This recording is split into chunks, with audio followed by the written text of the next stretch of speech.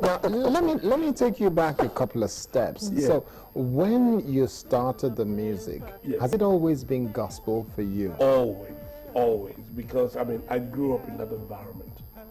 Gospel music was the only thing I knew, and doing it, I was comfortable doing it. I liked the expression. I liked the fact that with gospel music, you could diversify. You could do rap, you could do R&B, you could do reggae.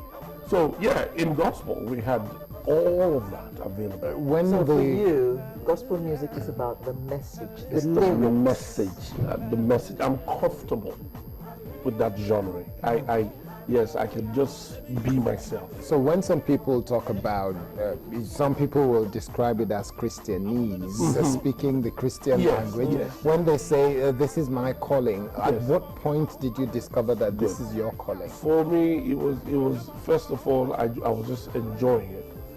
But when I decided to now, because it is not just about the music now, because gospel music is associated with the Creator, with God. So the lifestyle and the music has to go together. So then you must now be cognizant of the fact that there's a spiritual angle to all of this that you need to take seriously. So at that point, it no longer became a career, it became a calling. So there was the ministry. At what point did you discover the calling? That was when I was when I was about to do my first album, which was in 2000. Yeah, because I was just singing. But then now coming out as an artist, there were some things that I realized I had to take seriously.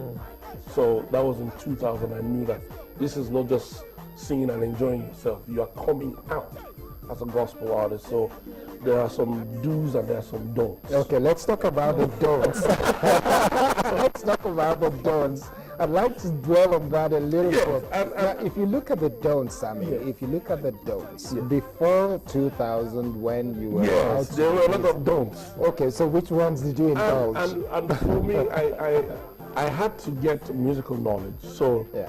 I had to go under Kingsley Ogoro. Okay, Click yeah, I know Studios. Kingsley. Yeah, I know Kingsley. Yeah. So I was undergoing how to make music. We were doing jingles, productions. I wanted to become a proper musician.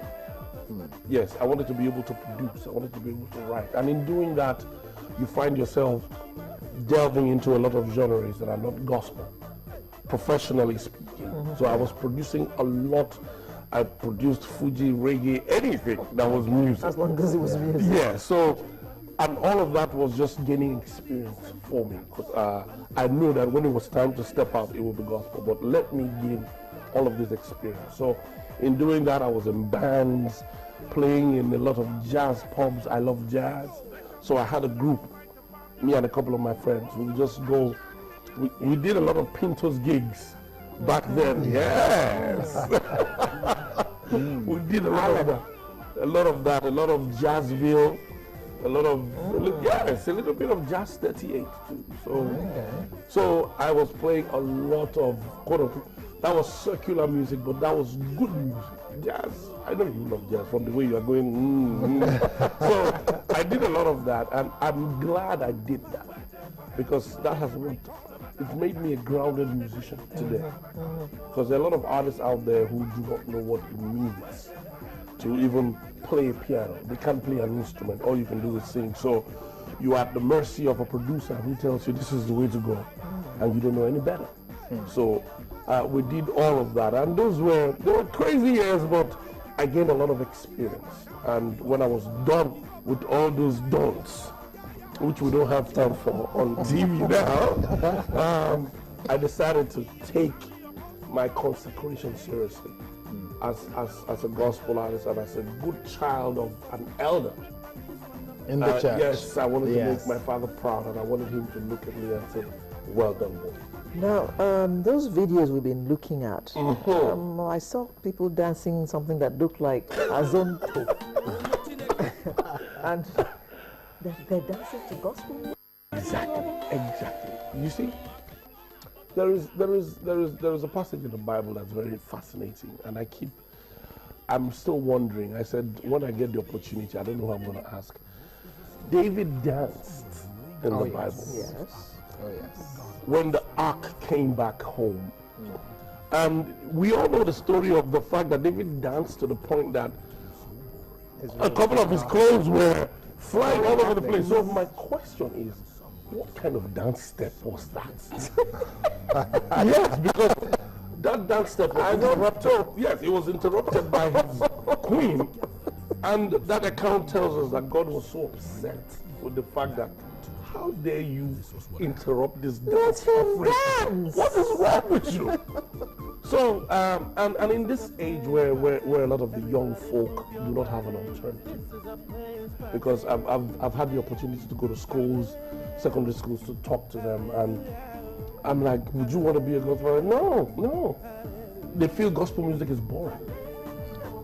And I always try to correct this impression. God, you say, well, we can't dance to it. It is only in church when we go to that. After church, we can't play it at our birthdays. We can't do, There you go. That's praise family. We are having fun. Let's listen to that for a second.